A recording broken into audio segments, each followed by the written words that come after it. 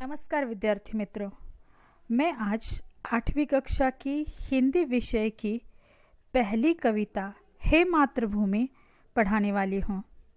छात्रों, भारत यह हमारी मातृभूमि है।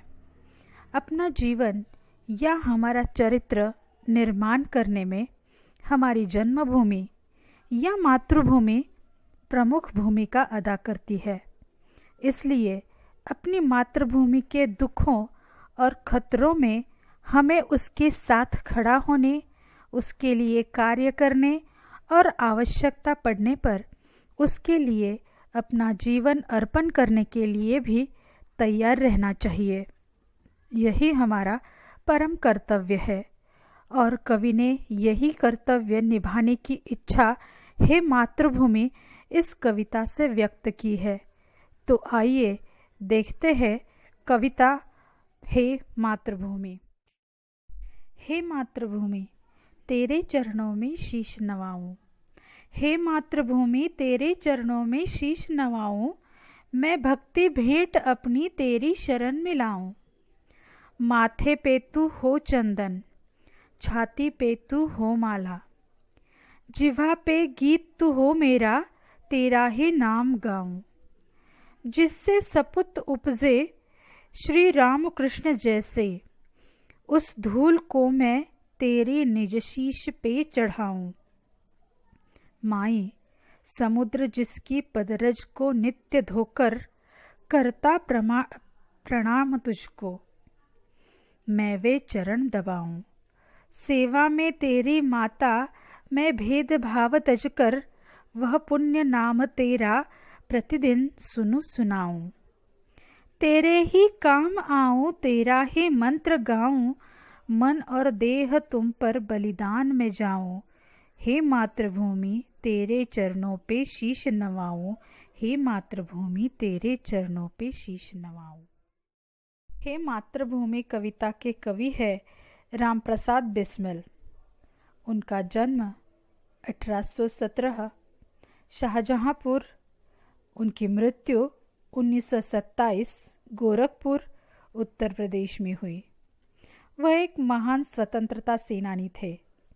साथ ही वह एक कवि, अनुवादक, बहुभाषाविद और साहित्यकार भी थे। विद्यार्थी मित्रों, तो हम देखते हैं हमारी कविता का पहला और दूसरा पद मैं पढ़ रही हूँ, ध्यान से सुनिए। हे मातृभूमि तेरे चरणों में शीश नवाऊं, मैं भक्ति भेंट अपनी तेरी चरण में लाऊं। माथे पे तू हो चंदन, छाती पे तू हो माला, जिह्वा पे गीत तू हो मेरा, तेरा ही नाम गाऊं। इसका अर्थ है, कवि रामप्रसाद बिस्मिल अपनी प्यारी जन्मभूमि के प्रति अपनी भक्ति भावना और प्रेम को अभिव्यक्त करते हुए कहते हैं कि हे मातृभूमि, मैं तेरे चरणों में अपना शीश नवाना चाहता हूँ, यानी सिर झुकाना चाहता हूँ। मैं अपनी भक्ति रूपी भेंट लेकर तेरी शरण में आना चाहता हूँ, तेरी चरणों में भक्ति रूपी भेंट चढ़ाना चाहता हूँ। आगे वो कहते हैं दूसरे पद में, माँ मेरे मस्तक पर तुम ही चंदन के समान विराजित हो, तुम ही मेरे हृदय पर माला के समान सुशोभित हो। हे माँ, मेरी जिह्वा पर केवल तेरा ही नाम हो, तेरा ही नामस्मरण मैं करूं, मैं सदा तेरा ही गुणगान करता रहूं। तो आइए हम देखते हैं हमारा तीसरा पद। जिससे सपुत उपजे श्री राम कृष्ण जैसे, उस धूल को मैं तेरी निज शीश पे चढ़ाऊं।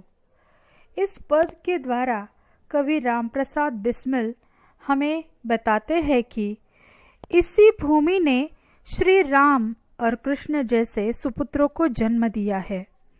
ऐसी मातृभूमि की रज को मैं नित्य हमेशा, रज यानी धूल, इस धूल को मैं हमेशा अपने शीश पर चढ़ाना चाहता हूँ, अपने सिर पर सजाना चाहता हूँ। छात्र मित्रों, अब अगला पद देखते हैं। माई समुद्र जिसकी पदरज को नित्य धोकर, करता प्रणाम तुझको मैं वे चरण दबाऊं।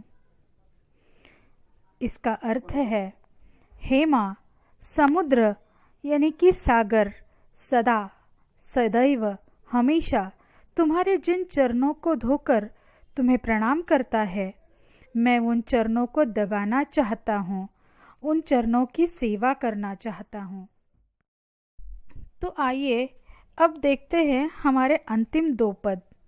सेवा में तेरी माता मैं भेदभाव तजकर, वह पुण्य नाम तेरा प्रतिदिन सुनूं सुनाऊं।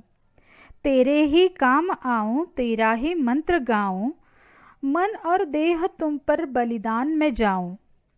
अर्थात माता, मैं हर तरह का भेदभाव तज कर अर्थात त्याग कर तेरी सेवा करना चाहता हूँ। मैं चाहता हूँ कि प्रतिदिन यानी हर रोज़ तेरा पुण्य नाम सुनूं और दूसरों को भी सुनाऊं। आखिरी पद का अर्थ है, मैं मंत्र के रूप में तेरा ही नाम जपता रहूं। मैं मंत्र के रूप में तेरा ही नाम जपता रहूं। जिसी भी रूप में हो सके मैं तेरे लिए ही समर्पित रहूं। मैं अपना तन अर्थात देह और मन तेरे लिए बलिदान कर देता हूँ। तेरे लिए अर्पण करूँ, इसी में मेरी जीवन की धन्यता है।